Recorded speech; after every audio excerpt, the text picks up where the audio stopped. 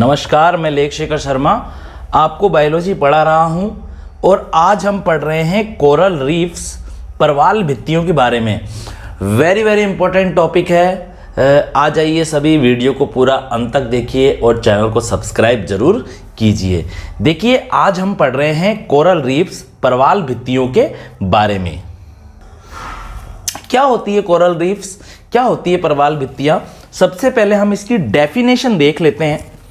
प्रवाल भित्ति coral reefs सी में पाई जाने वाली CaCO3 की बनी मेड, जिसे क्या कहते हैं इंग्लिश में मेड को, रिडजेस अथवा टीले माउंट्स के समान स्ट्रक्चर है।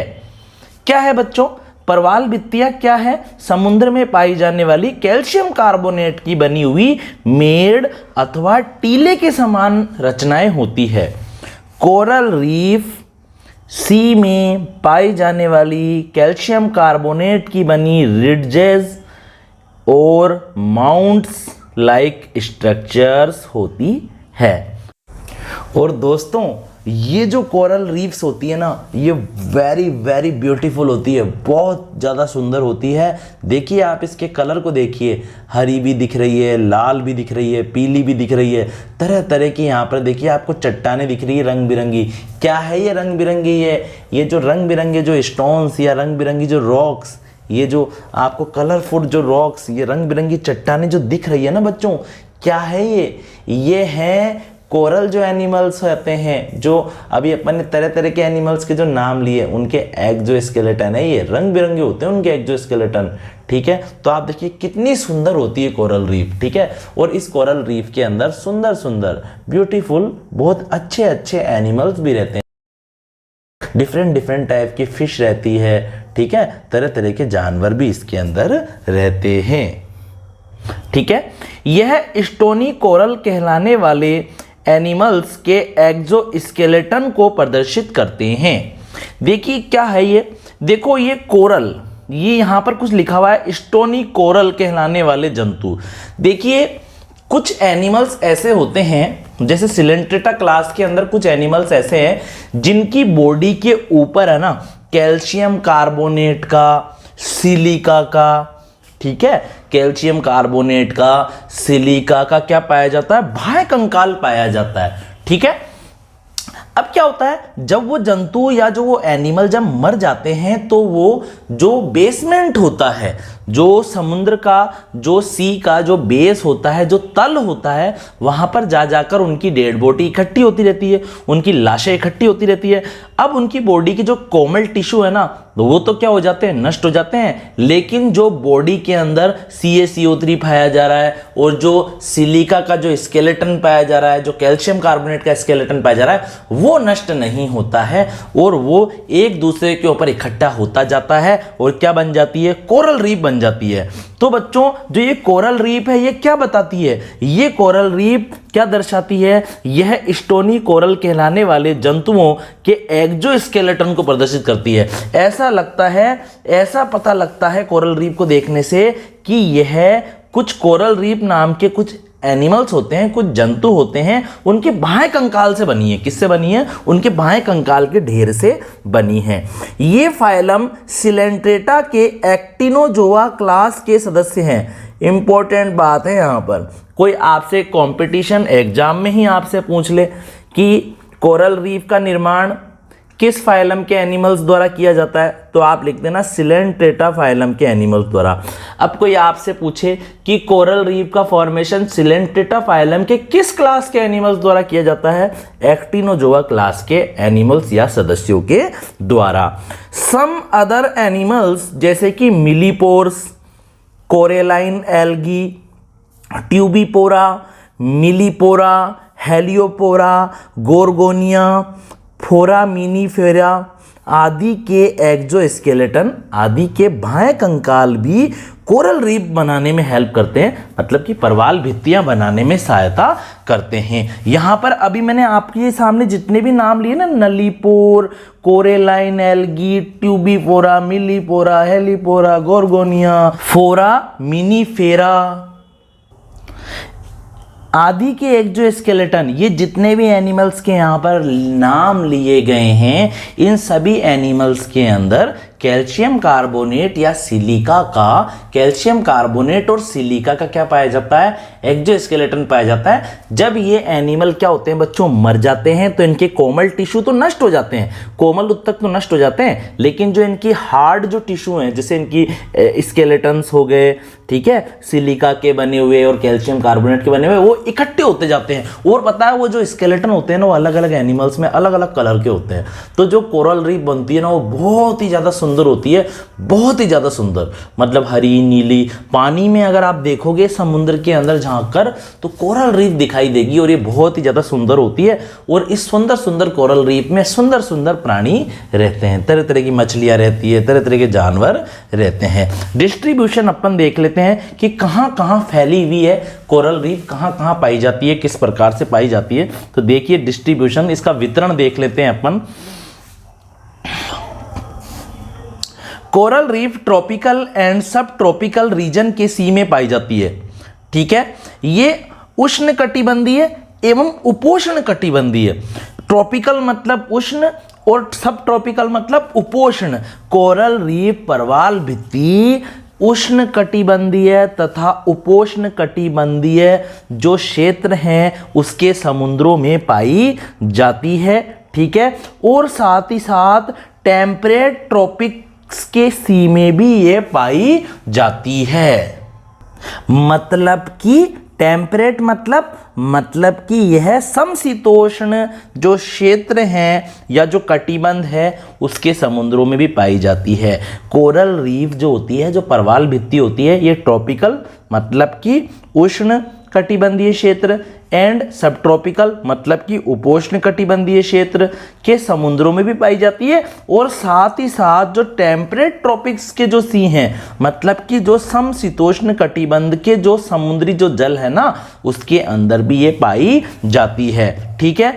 Reef building corals require warm shallow water.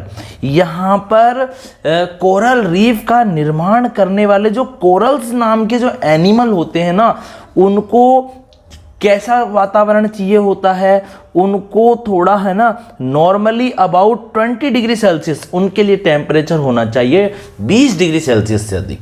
मतलब कि 20 डिग्री सेल्सियस से जब ज़्यादा टेम्परेचर होगा ना वाटर का, सी वाटर का, ठीक है, तभी उसके अंदर कोरल रीफ पनप पाएगी, ग्रो कर पाएगी, ठीक है।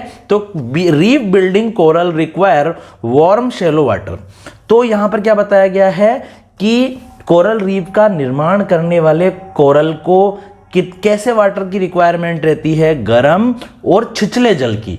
शैलो वाटर मतलब छिछले जल की, कम गहरे जल में ही ये पाई जाती है। पता है कोरल रीफ कभी भी गहराई में नहीं मिलेगी, ये केवल कहाँ मिलेगी, सी कोस्ट के आसपास मिलेगी, जहाँ पर शैलो वाटर होता है, पानी की गहराई कम होती है, ठीक है।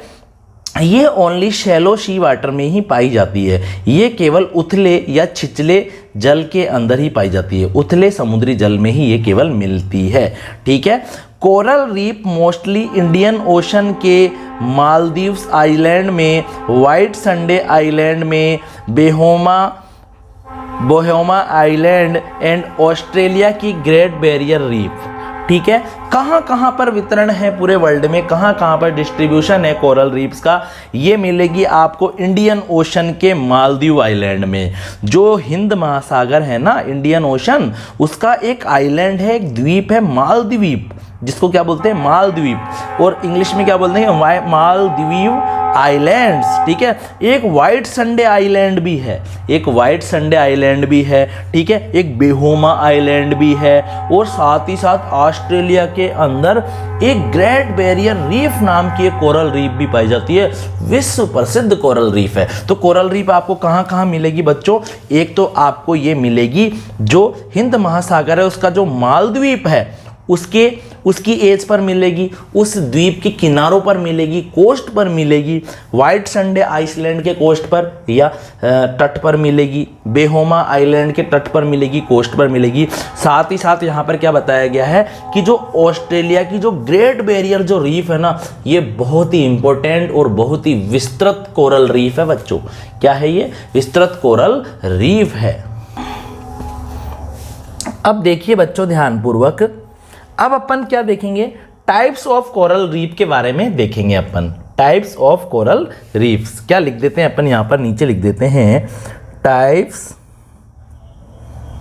Of coral reefs. देखिए आप वीडियो को पूरा अंत तक देखिए, तभी आपको अच्छे से समझ में आ पाएगा, ठीक है, क्योंकि मैंने बहुत अच्छे से बनाया है इस डायग्राम को। इधर आप देखिए, देखिए कोरल जो रीफ होती है ना, वो 3 टाइप की होती है, 3 टाइप की होती है। एक होती है फ्रिंजिंग कोरल रीफ, जिसे क्या बोलते हैं, तटीय प्रवाल भित्ति कहते हैं। सेकंड टाइप की होती है बैरियर कोरल रीफ, जिसे रोधी प्रवाल भित्ति कहते हैं। और जो तीसरे प्रकार की जो कोरल रीफ होती है ना बच्चों, उसे कहते हैं एटोल कोरल रीफ, यानी कि वलय प्रवाल भित्ति के नाम से उसे जाना जाता है, ठीक है। सबसे सिंपल प्रकार की होती है फ्रिंजिंग कोरल रीफ, और सबसे पहले भी कौन सी बनती है, फ्रिंजिंग कोरल रीफ ही बनती है, तटीय प्रवाल भित्ति ही बनती है।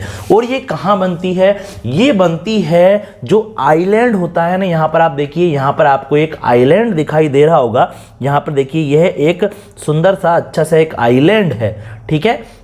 और ये आइलैंड कहाँ पाया जाता है, अरे आइलैंड क्या होता है, समुद्र के अंदर जो कोई चट्टान या कोई मिट्टी का ऐसा कोई चपटी सतह उभर कर बाहर आ जाती है ना भूमि, उसी तो द्वीप कहते हैं। ये छोटे भी हो सकते हैं, ये बड़े भी हो सकते हैं। यहाँ तक आ गई बात आपको समझ में। तो ये आइलैंड है, और ये आइलैंड समुद्र के बीच में पाया जा रहा है। और इस आइलैंड के बिल्कुल देखो, इस आइलैंड के चारों तरफ, इस आइलैंड के किनारों पर, इस आइलैंड के किनारों पर क्या पाई जा रही है, कोरल रीफ पाई जा रही है। क्या पाई जा रही है, इस आइलैंड के किनारों पर कोरल रीफ पाई जा रही है। थोड़ा पानी बना देते हैं इसे, कोरल रीफ पाई जा रही है। देखिए ये आइलैंड है, आइलैंड के चारों तरफ कोरल रीफ पाई जा रही है। ये कोरल रीफ किससे बनी है बच्चों, कोरेलाइन जो एल्गी है और जो कोरल जो एनिमल्स है सिलेंट्रेटा के, उनके क्या है, ये एक्सोस्केलेटन के रिमेन्स है, अवशेष हैं। देखिए अब इस डायग्राम को देखिए, और यहाँ पर अच्छे से बताया गया है। इसमें देखिए आप, इसमें इधर देखिए आप, यहाँ पर देखिए ये आइलैंड है, आइलैंड है। अब देखिए जहां पर इस आइलैंड का जो एक किनारा है ना, जो एक कोस्ट है, इस आइलैंड का जो तट है, यहां से देखो ये कोरल रीफ स्टार्ट हो गई। क्या स्टार्ट हो गई, ये कोरल रीफ स्टार्ट हो गई, और इसकी कोई ज़्यादा ऊंचाई नहीं है। और यहाँ पर आप देखिए कि जो ये आइलैंड है और जो कोरल रीफ है ना, कोरल रीफ, इसके बीच में देखो थोड़ा सा पानी है, थोड़ा सा पानी है, इतना सा है कि इसमें से एक जहाज तो नहीं गुजर सकता, बिल्कुल ना के बराबर है। क्योंकि यहाँ पर जो ये फ्रिंजिंग कोरल रीफ होती है ना, इसका नाम ही क्या है, तटीय प्रवाल भित्ति, बिल्कुल तट पर ही पाई जाती है। बिल्कुल कहाँ पर मिलेगी है आपको, बिल्कुल सी कोस्ट पर ही मिलेगी। और इतनी ज़्यादा पास होती है आइलैंड के कि इस आइलैंड और इस कोरल रीफ के बीच में से कोई जहाज नहीं गुजर सकता है। ये कौन सी कोरल रीफ है बच्चों, तटीय कोरल रीफ है, तटीय प्रवाल भित्ति। इसको ध्यानपूर्वक देख लो आप डायग्राम को, अभी समझ लोगे तो हमेशा के लिए समझ में आ जाएगा, ठीक है। क्योंकि आप कहीं से और जगह से पढ़ेंगे तो वहाँ पे कन्फ्यूजन पैदा होगा, लेकिन यहाँ पर आपके कोई कन्फ्यूजन नहीं होगा। आप देखिए ध्यानपूर्वक, आइलैंड है, ठीक है, और आइलैंड के जस्ट जो चिपकी हुई कोरल रीफ है ना, देखो ये आइलैंड है, और आइलैंड में जहां पर ये इसका कोस्ट है, इसका किनारा है, इसकी जो एज है, वहीं से देखो एक कोरल रीफ स्टार्ट हो गई। ये कौन सी कोरल रीफ है बच्चों, फ्रिंजिंग या तटीय प्रवाल भित्ति है। और इस आइलैंड और इस तटीय प्रवाल भित्ति के बीच में देखो थोड़ा सा वाटर भरा हुआ है, जिसमें से जहाज नहीं गुजर सकता है। क्योंकि यह जो तटीय प्रवाल भित्ति होती है आइलैंड के बिल्कुल ही नजदीक होती है, बिल्कुल ही किनारे पर पाई जाती है। अब जो सेकंड नंबर की जो कोरल रीफ है ना बच्चों, वो कौन सी है, सेकंड नंबर की जो कोरल रीफ है वो है हमारी बैरियर कोरल रीफ, यानी कि रोधी प्रवाल भित्ति। यहां पर देखिए आप ध्यानपूर्वक, सब कुछ वैसा का वैसा ही है। Barrier coral reef fringing coral reef के टाइप की ही होती है। जो रोधी प्रवाल भित्ति है ना, वो तटीय प्रवाल भित्ति के समान ही होती है। लेकिन अंतर क्या है भाई साहब, अंतर यह है कि यहाँ पर जो ये बैरियर कोरल रीफ है ना, इसकी आइलैंड से दूरी अधिक होती है। यहाँ पर आप देखिए आइलैंड है, और आइलैंड से ये इतनी दूरी पर होती है कि इसमें से चाहे ना तो कोई जहाज भी आराम से गुजर सकता है। कोई जहाज भी, ये जहाज शिप बना दिया मैंने, ये जहाज भी आराम से गुजर सकता है, ठीक है। और ये जहाज यहाँ से होकर क्या आ सकता है, बाहर भी आ सकता है। ये बाहर आ गया यहाँ से, ठीक है, ये जहाज का आ गया, यहाँ बाहर आ गया। आई बात आपको समझ में? ठीक है, तो यहां पर आप देख लो ध्यानपूर्वक, देखिए ये आइलैंड है, आइलैंड है, ठीक है। अब आइलैंड के जस्ट देखो पास में कोरल रीफ है, कोरल रीफ है, लेकिन यहां पर आइलैंड और कोरल रीफ के बीच की दूरी अधिक है और बीच में पानी भी अधिक है। बीच में एक छोटा सा एक पानी का एक समुद्र सा बन गया जिसे लेगून बोलते हैं। क्या बोलते हैं? जो कोरल रीफ होती है और जो आइलैंड होता है उसके बीच में जो एक छोटा सा समुद्र बन जाता है उसे लेगून कहते हैं। ठीक है, ये बैरियर कोरल रीफ का कार्य कर रही है। इधर आप देखिए, अगर यहाँ से कोई वाटर आए, यहाँ से लहरें आए, जैसे देखो पेन की तरफ देखो मेरे, अगर लहरें इधर की तरफ आए आइलैंड की तरफ, तो ये कोरल रीफ यहाँ पर बैरियर का काम कर रही नहीं कर रही है लहरों में, लहरों को आगे बढ़ने नहीं दे रही, क्योंकि यहाँ पर तो ये बैरियर आ गया, ऐसे क्या आ गया यहाँ पर, ये बैरियर आ गया, लेकिन यहाँ पर कोई बैरियर नहीं है। ठीक है, जो तटीय प्रवाल भित्ति है, रोधी प्रवाल भित्ति में आप देखिए आइलैंड और कोरल जो रीफ है, जो बैरियर कोरल रीफ है, उसके बीच में देखो कितना बड़ा एक सी आ गया, एक समुद्र आ गया, इसे लेगून कहते हैं। ठीक है, और देखिए थर्ड नंबर पर, अब थर्ड नंबर के अंदर क्या होता है, थर्ड नंबर वाली कोरल रीफ जो होती है उसे बोलते हैं एटोल कोरल रीफ या वलय प्रवाल भित्ति। एटोल कोरल रीफ या वलय प्रवाल भित्ति। और इसके अंदर क्या होता है, जो आइलैंड होता है वो पूरी तरह से ही पानी में डूबा हुआ रहता है।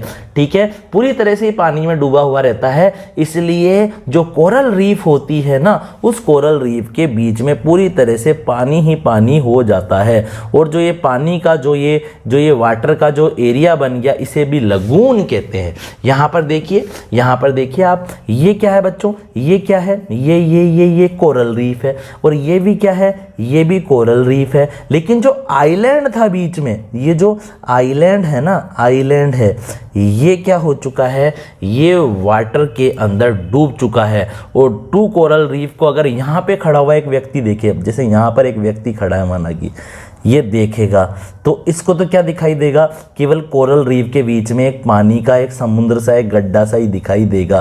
ठीक है, एक पानी भरा हुआ दिखाई देगा, जिसलिए इस कोरल रीफ को क्या बोलते हैं, वलय प्रवाल भित्ति कहते हैं, क्योंकि वलय के समान दिखाई दे रही है, बीच में कोई आइलैंड दिखाई नहीं दे रहा है, क्योंकि आइलैंड क्या हो चुका है, बीच का डूब चुका है।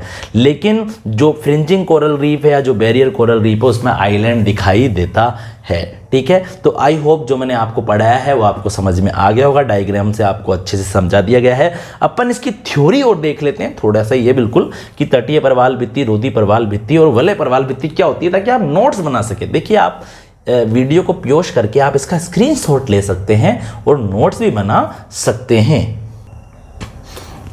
देखिए ध्यानपूर्वक, टाइप्स ऑफ कोरल रीफ सब समझ चुके हैं, बस थोड़ा बहुत पढ़ना है अपन को। देखिए, टाइप्स ऑफ कोरल रीफ, प्रवाल भित्तियों के प्रकार। पहली कौन सी थी, तटीय प्रवाल भित्ति, जिसको क्या बोलते हैं, फ्रिंजिंग कोरल रीफ भी कहते हैं। फ्रिंजिंग कोरल रीफ किसी वॉल्केनिक आइलैंड के कोस्ट अथवा कॉन्टिनेंट के कोस्ट से एक प्लेटफॉर्म के रूप में बनती है। यहाँ पर जो ये तटीय प्रवाल भित्ति है ना बच्चों, ये किसी ज्वालामुखीय जो द्वीप है उसके तट से अथवा किसी महाद्वीप के तट से एक प्लेटफॉर्म के रूप में बनती है, एक प्लेटफॉर्म के रूप में जुड़ी रहती है। ठीक है, आप देखिए इस डायग्राम में, आप देखिए ध्यानपूर्वक देखिए, जो ये आइलैंड है, ये आइलैंड जो है, इस आइलैंड से एक प्लेटफॉर्म के रूप में जुड़ी हुई है, नहीं है प्लेटफॉर्म पे से जैसे अपन ट्रेन में चढ़ते हैं, वैसे ये भी तो प्लेटफॉर्म का कार्य कर रही है यहाँ पर। ठीक है, इस कोरल रीफ की आइलैंड या कॉन्टिनेंट से डिस्टेंस कुछ फीट से लेकर 1/4 माइल्स तक ही होती है। देखिए बच्चों, जो ये कोरल रीफ होती है ना, ये आइलैंड के बिल्कुल ही नज़दीक होती है, और कोरल रीफ और आइलैंड के जो बीच की जो डिस्टेंस है, जो दूरी है, वो कुछ फीट से लेकर 1/4 माइल्स तक हो सकती है। ठीक है, तो ये है बिल्कुल सिंपल प्रकार की अपनी तटीय प्रवाल भित्ति। क्या लिखोगे सिंपल भाषा में, अगर आप लिखना चाहें या बोलना चाहें इसके बारे में कि भैया तटीय प्रवाल भित्ति या फ्रिंजिंग कोरल रीफ वह है जो कि वॉल्केनिक आइलैंड या कॉन्टिनेंट के कोस्ट से बिल्कुल ही नज़दीक होती है, और आइलैंड और यहाँ पर जो फ्रिंजिंग कोरल रीफ होती है, इसकी मध्य की जो दूरी है, जो डिस्टेंस है, वो कितनी होती है, केवल कुछ फीट से लेकर 1/4 माइल्स तक ही होती है। देखिए ये क्या है, ये फ्रिंजिंग कोरल रीफ है। किस प्रकार से, देखिए आइलैंड के कोस्ट से ये पाई जा रही है। देखिए ध्यानपूर्वक, द्वीप के किस तरह से ये देखिए किनारे पर पाई जा रही है। और देखिए ध्यानपूर्वक, रोधी परवाल भित्ति barrier coral reef, barrier coral reef fringing coral reef के समान ही होती है। पहले आपको बताया था दोनों समान ही हैं, किंतु यह कोरल रीफ आइलैंड या कॉन्टिनेंट के कोस्ट से 1000 फीट वाइड सी द्वारा अलग रहती है। जहाँ जो ये फ्रिंजिंग कोरल रीफ थी ना, फ्रिंजिंग कोरल जो रीफ थी ये आइलैंड से कम दूरी पर ही थी। देखो बोल रहा है ना, आइलैंड तथा आइलैंड या कॉन्टिनेंट से डिस्टेंस कुछ फीट से लेकर 1/4 माइल्स तक है। लेकिन यहाँ पर क्या बताया गया है कि जो बैरियर कोरल रीफ है ये है तो फ्रिंजिंग कोरल रीफ के समान ही, किंतु इस कोरल रीफ की जो आइलैंड है या जो कॉन्टिनेंट है, मतलब जो द्वीप है या जो महाद्वीप है, उसके तट से 1000 फीट से लेकर 1000 फीट चौड़े समुद्र द्वारा ये उससे अलग रहती है। और इस जो ये समुद्र बना है ना 1000 फीट जो चौड़ा वाइड जो समुद्र बना है, इससे ज़्यादा भी हो सकती है चौड़ाई, आगे पढ़ेंगे अभी अपन। देखिए इधर आप, यह जलीय भाग या वाटर बॉडी क्या कहलाती है? लेगून कहलाती है। क्या कहलाती है? लेगून कहलाती है। इस लेगून की जो डेप्थ होती है, गहराई होती है, वो इतनी अधिक होती है कि इसमें से बड़ा जहाज भी आराम से आ जा सकता है, आराम से गुजर सकता है। यह लेगून 60 से 1000 फीट डीप, मतलब 60 से 1000 फीट गहरा तथा 1/2 से 10 माइल्स या इससे भी अधिक चौड़ा हो सकता है। मतलब कि आधे मील से 10 मील से भी, आधे मील से लेकर 10 मील तक या इससे भी अधिक चौड़ा हो सकता है। वर्ल्ड की famous barrier reef great barrier reef है, जो नॉर्थ ईस्टर्न कोस्ट के साथ 1200 माइल्स तक फैली हुई है। 1200 माइल्स तक बच्चों ये फैली हुई होती है। देखिए आप ध्यानपूर्वक, सबसे प्रसिद्ध है बच्चों ये कितनी है? सबसे प्रसिद्ध जो कोरल रीफ है ना इस वर्ल्ड की, वो कौन सी है? ग्रेट बैरियर रीफ है। कौन सी है? वर्ल्ड की फेमस, विश्व की सबसे प्रसिद्ध जो रोधी परवाल भित्ति है या जो बैरियर जो कोरल रीफ है वो है अपनी ग्रेट बैरियर रीफ। और ये कहाँ मिलती है आपको? ये मिलती है नॉर्थ ईस्टर्न कोस्ट पर, जो उत्तरी पूर्वी तट है, जो उत्तरी पूर्वी तट है ना ऑस्ट्रेलिया का, उस पर ये मिलती है। और कितने क्षेत्र में फैली हुई, कितने एरिया को ये कवर कर रही है? लगभग 1200 माइल्स तक ये फैली हुई है, 1200 माइल्स तक ये फैली हुई है। तो ये भी एक जीके का क्वेश्चन हुआ है, नहीं हुआ? देखिए जो हम ये पढ़ रहे हैं ये बीएससी, एमएससी और जीके तीनों में ही इंपॉर्टेंट है, ठीक है? क्योंकि यहाँ पर क्वेश्चन यही पूछा जाएगा कि विश्व की जो, वर्ल्ड की जो फेमस कोरल रीफ है वो कौन सी है? ग्रेट बैरियर रीफ है, ठीक है? इस फोटो में आप ध्यानपूर्वक देखिए, यहाँ पर देखिए आइलैंड से ये जो बैरियर रीफ है देखिए कितनी दूरी पर है। बीच में आपको कुछ जहाज, कुछ शिप वगैरह दिखाई दे रही होगी। तो यहाँ पर क्या बताया गया है? यहाँ पर यह बताया गया है बच्चों कि जो बैरियर कोरल रीफ होती है ना, उसकी आइलैंड से दूरी बहुत अधिक होती है और बीच के अंदर पाई जाती है एक वाटर बॉडी जिसे लेगून कहते हैं। बीच में एक जल भरा रहता है, मतलब एक समुद्र होता है बीच में एक छोटा सा, जिसमें से बड़ा जहाज भी गुजर सकता है। इस प्रकार की जो कोरल रीफ होती है उसे बैरियर कोरल रीफ कहते हैं। और देखिए जो थर्ड टाइप की जो कोरल रीफ होती है उसे कहते हैं वलय परवाल भित्ति या एटोल कोरल रीफ। कौन सी है? एटोल कोरल रीफ है। यह irregular but nearly round ring like horseshoe के आकार की कोरल रीफ है बच्चों। यह अनियमित परंतु करीब करीब, नियरली मतलब लगभग या करीब करीब गोल आकार की होती है, ठीक है? रिंग लाइक है, अंगूठी के समान संरचना है इसकी। रिंग जैसे अंगूठी नहीं होती, पहनते हैं अंगूठी, ये देखो ना यार, ये रही ना बच्चों, देखिए आप देखिए, ये रही अपनी एटोल कोरल रीफ, ठीक है? कैसी है बच्चों? घोड़े के नाल के समान है, हॉर्स शू टाइप की, ठीक है? या फिर कैसी हो सकती है? ये रिंग शेप हो सकती है, ठीक है? तो देखिए आप ध्यानपूर्वक, यह इनरेगुलर यानी कि अनियमित आकार की, बट नियरली राउंड, लगभग क्या होती है, गोल, रिंग लाइक, अंगूठी के समान, ठीक है, या अपन कह सकते हैं रिंग के समान, ठीक है, छल्ले के समान भी हो सकती है, ठीक है, या हॉर्स शू, जो घोड़े की नाल होती है ना, उसके आकार की ये कोरल रीफ होती है।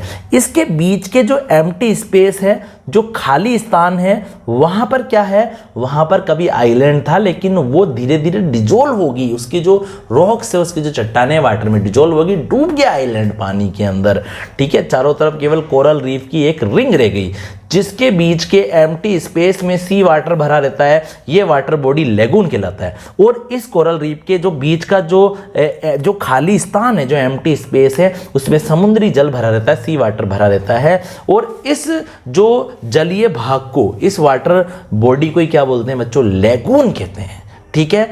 और देखिए आप, the atoll of Bikini, famous for atomic and hydrogen bomb test, lies in the Pacific ocean.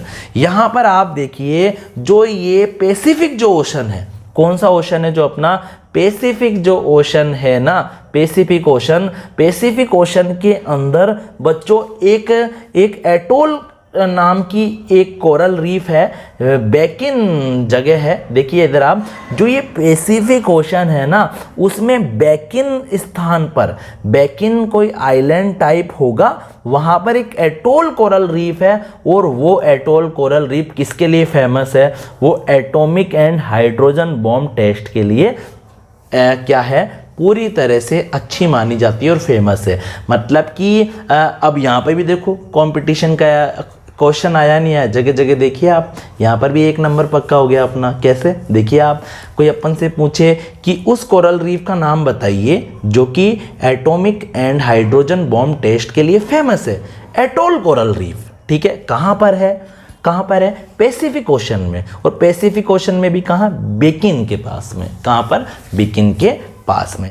और यह है अपनी ring shaped, ring like, horse shoe like atoll coral reef. देखिए इसका शेप किस टाइप का है, गोल है ना बिल्कुल, और बीच में आपको इसके कोई आइलैंड भी दिखाई नहीं दे रहा होगा, क्योंकि इसका जो आइलैंड है उसकी चट्टानें डिजोल्व होकर अपन ये कह सकते हैं ये आइलैंड पानी में ही डूब चुका है, केवल एक रिंग रह गई कोरल रीफ की, ठीक है। इसे एटोल कोरल रीफ या वलय परवाल भित्ति भी कहते हैं, ठीक है। तो आई होप जो आज हमने कोरल रीफ अर्थात परवाल भित्तियों के बारे में पढ़ा है, वो आपको समझ में आ गया होगा, ठीक है। तो मुझे उम्मीद है आप सभी को समझ में आया होगा, ठीक है। आप सभी बने रहिए और चैनल को आप एंजॉय कीजिए, सब्सक्राइब भी कीजिए, वीडियो को आप पूरा अंत तक देखिए। नेक्स्ट क्लास के अंदर हम पढ़ेंगे कोरल रीफ का फॉर्मेशन ऑफ कोरल रीफ, कि परवाल भित्तियों का निर्माण किस प्रकार से हुआ है। और प्राचीन समय से ही अलग अलग साइंटिस्टों ने कोरल रीफ के फॉर्मेशन के लिए बहुत सी थ्योरियां दी गई है, लगभग 4 या 5 थ्योरीज है जो अपन पढ़ लेंगे, और बहुत ही इंपॉर्टेंट है वो भी, ठीक है, हर टाइप से, ठीक है। तो सभी को राधे राधे, सभी को जय श्री कृष्ण।